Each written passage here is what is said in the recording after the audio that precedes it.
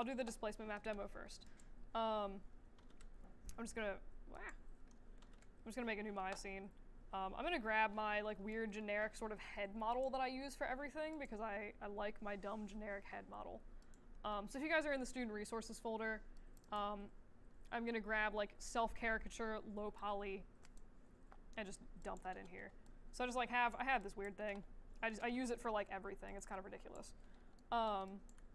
So for one of these guys, I'm going to assign it a new material, and I'm going to make this just like a standard AI surface shader.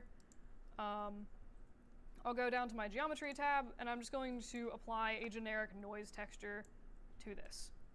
If I turn on 6, you can see like how it looks. It's quite awful looking. I'm also going to throw in just a real quick sky dome light in here. And on this figure, I'm going to add in another material.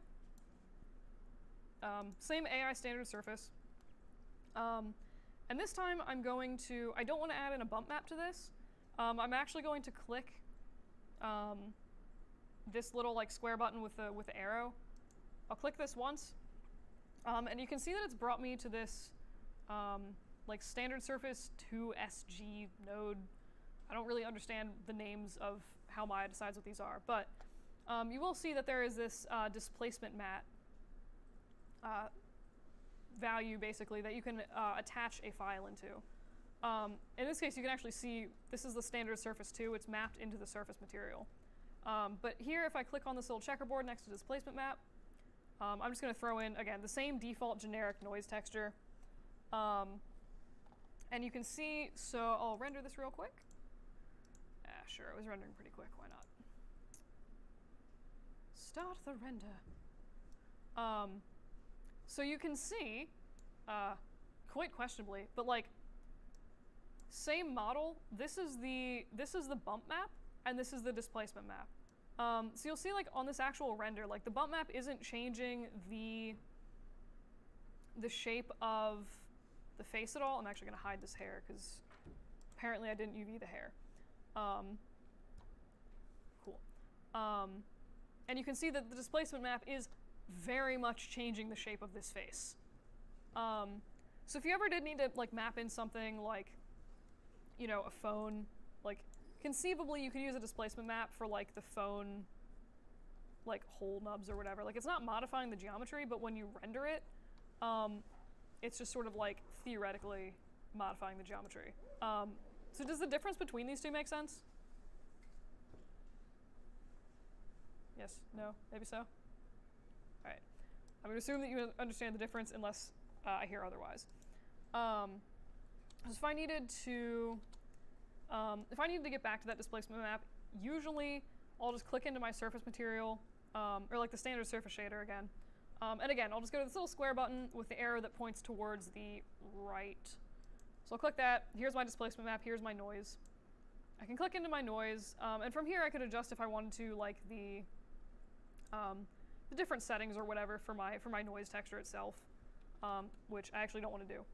But if I click this in my noise texture, this little square with the right arrow button again, it should take me back into this displacement shader node, and you'll see here that there's a button for scale.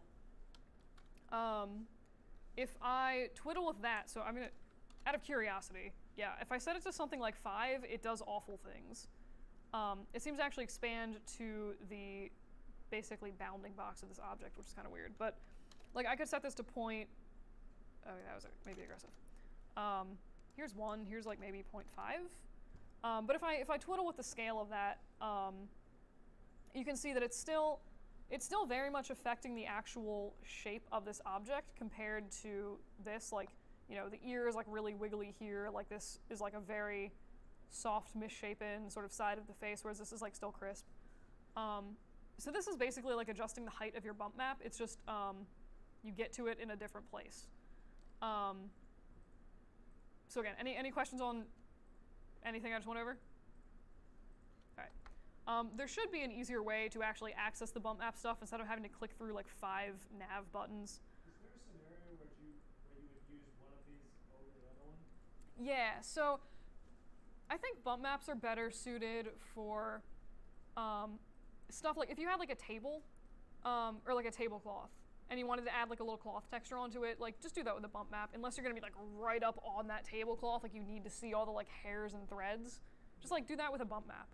If you ever needed something where it was like modifying the profile of your geometry, like you had, maybe you were texturing like a brick wall, and you just wanted it to be like a straight plane, you don't want to model in individual bricks or anything like that, you could use a displacement map to make it actually look like on the corner of the wall would be especially obvious. Like you'd see like where the bricks stick out a little bit, or like where there's like cracks in the paint.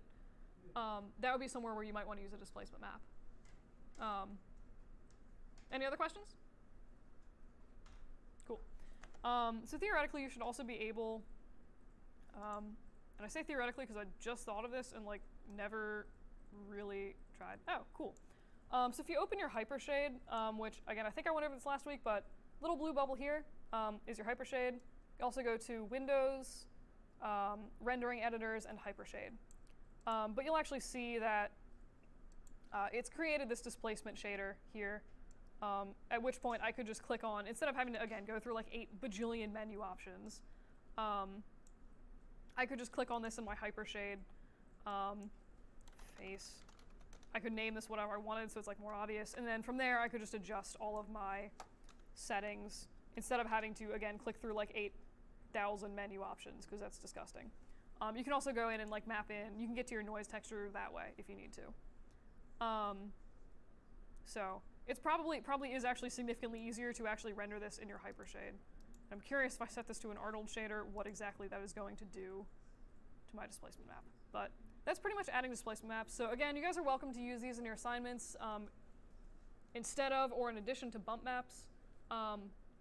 It's not a requirement. One thing you could also do conceivably is use a, maybe I'm thinking of like a face. If you had like a face with like a really aggressive scar on it that like needed to be like raised or something like that, or if you're doing like a zombie texture where you had like, you know, part of the face was like burned away and there was like gross like flesh, you could conceivably use a displacement map to make that effect. And then for the basic like skin pores or something like that, you could use a bump map. So you can absolutely use these guys in combination with each other. But yeah, so again, probably easier to access through the Hypershade instead of the menus here. So last questions on displacement maps. Alrighty then.